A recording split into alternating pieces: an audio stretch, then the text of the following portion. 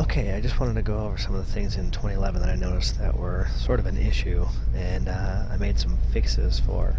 The first one's a pretty simple one, which is the attribute editor. For those of you that are used to using it prior to 2011, you probably noticed that there's a button missing down here. There's only 3 buttons here now. There used to be 4.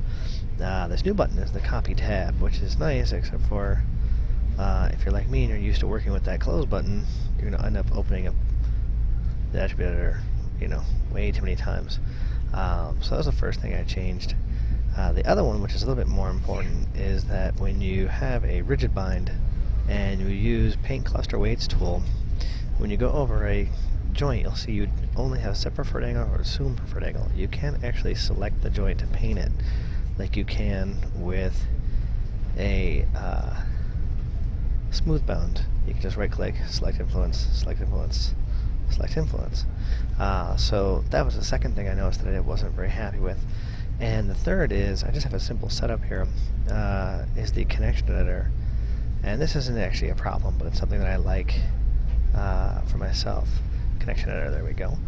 And you notice this is a normal connection editor. If I go over here in the light, you can go in here and say, select connection. You get that node. In this case, I have a mold double linear in there.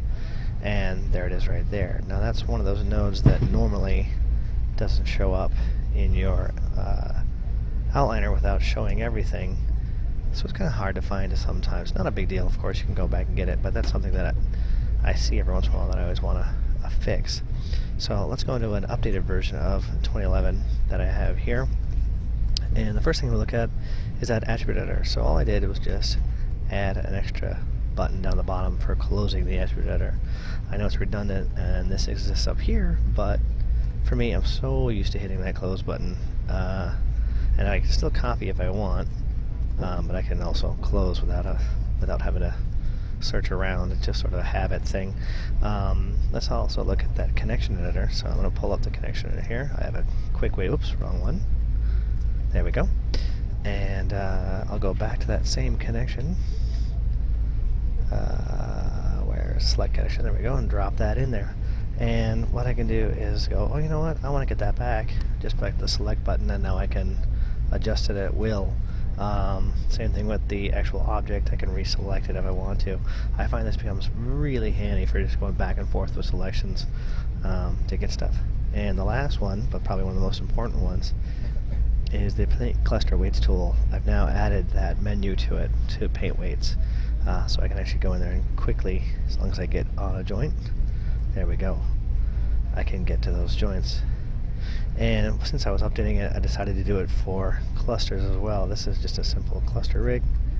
Go back to that same paint system. The only thing is you do have to go to wireframe to make it easier to select your cluster, but now I can go to paint the weights on that one or that one, and it makes it much easier. I made all 3 of these scripts available on creativecrash.com. You just want to go there and either go by my name or go by the names of the scripts, and you just want to download them and put them into your Maya 2011 scripts directory, and then just restart Maya. Once you have them in there, it'll just pop them up. Alright, thank you.